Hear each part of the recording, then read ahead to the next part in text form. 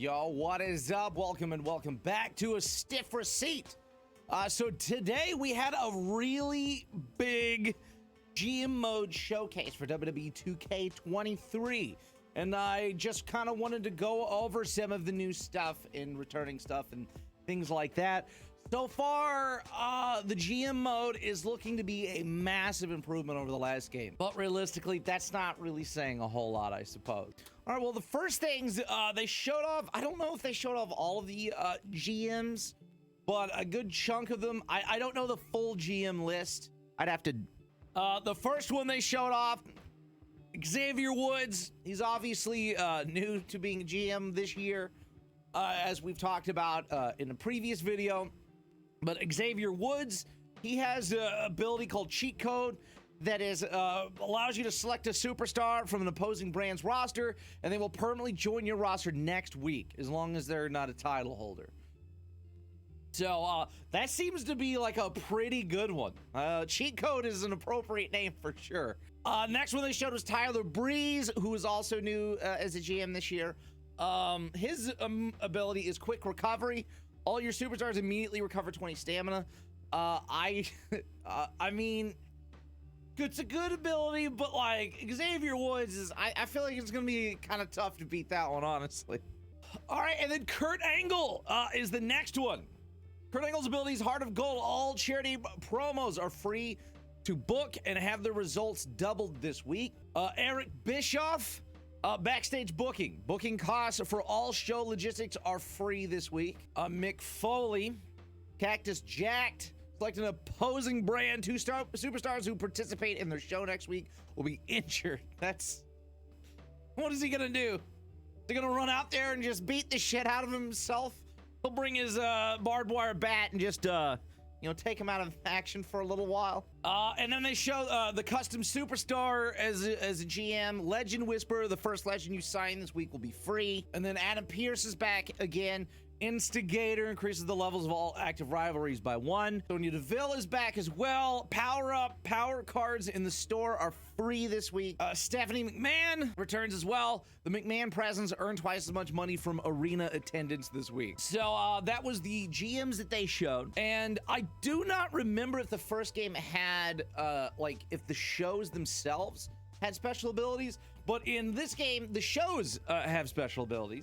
We saw SmackDown, Birth of Legends. 6 random superstars on your roster will have their popularity increased by +6. Raw is This Is War. Select an opposing brand to have 3 randomly selected superstars that cannot be booked in matches that week. Cannot be used the week before a PLE pay-per-view. I guess we finally transitioned over from pay-per-view to PLE.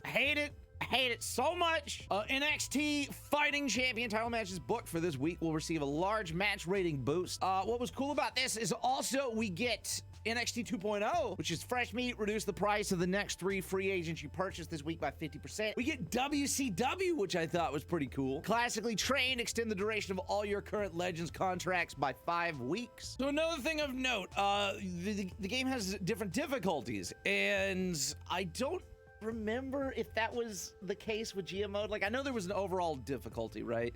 But this seems to be like exclusive to GM mode, and you can change it. You set it on easy. You get 1 mid-card match during regular shows, 2 during PLEs, no budget reduction in later seasons, low morale thresholds for keepers and superstars quitting, reduced injury chances, and starting assistance from AAA. You play it on hard, you get 2 mid-card matches during regular shows, 3 during pay-per-views, moderate budget reduction in later seasons, high morale threshold for keepers and superstars quitting, and increased injury chances. So that's cool to see. My time spent with the first GM mode the GM mode in 2K22 was not a lot. It was fairly minimal, just because itself was a pretty minimal mode with a lot to be desired, right? So I don't know how much of this. I do not believe this was an option in the other game, though. So all this is looking good so far. One thing that I am disappointed to see return that was a huge problem for me in the last GM mode, they brought back the classes, and it's the classes themselves, it's fine. It's the pairing. They use the same exact pairing boosts from the last GM mode in this, and they don't make any sense. Like you got like, oh, you gotta book certain type of people together. And one of them was like, you gotta book giants and cruiserweights together because that's what everyone wants to see. And I'm like, in what reality? Is that a realistic situation? Like, sure, we've had moments like that, like over the years, but like that is a stupid pairing. The pairing thing is dumb. They need to get rid of the pairing. I hate it. If it made more realistic sense, I think that's the problem in general. This whole kayfabe shit that these games keep sticking to, I really, really hate that a lot. So that was really disappointing to see that the class pairing stuff has been brought back and it hasn't been changed at all from the last game. So you didn't like that? That's some unfortunate news. Another thing that I don't recall being in the last game, there's like a Hall of Fame, I guess. To enter the Hall of Fame and prove you're the best, be the first GM to earn 10 Hall of Fame trophies. Trophies can be awarded through either career achievements or seasonal challenges. Entering the Hall of Fame will allow you to continue playing or retire your save file. So, I mean, this seems to be just like, oh, this is the end, right? Once you hit the end, you just hit Hall of Fame or whatever. I don't know if that's how it was in the first one.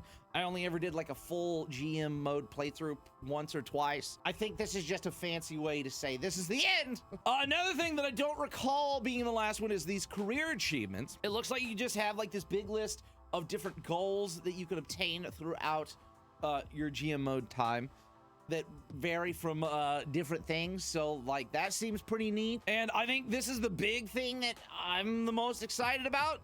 There is a lot more match types and options. I'm excited about that. That was another big problem with the last one. And one final thing they showed that seems to be a new feature is these shakeups that you can do after pay-per-view events. We got this bronze one. Specialized shows specialists put on fantastic matches against other specialists, but they lose a lot more stamina. This gold one, deep discounts. All match types are free.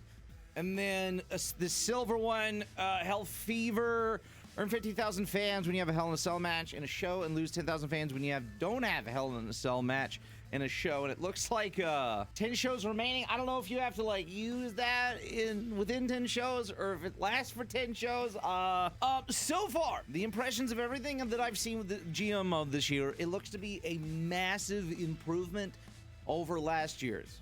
Last year's we had like, it was like the foundation, right? It was like the ground level to be built off from, which was kind of really the theme of last year's game in general as a whole. So I think all these changes, they look great. All these additions, I'm excited about it. I'm sure we'll see some more additions and updates throughout the year, like we did with the first one. We had a lot of additions and whatnot. I do believe, I didn't see any footage of it, but I do believe this year, like, you can do all of the titles, the men's, the women's, the mid-card, and the tag team titles.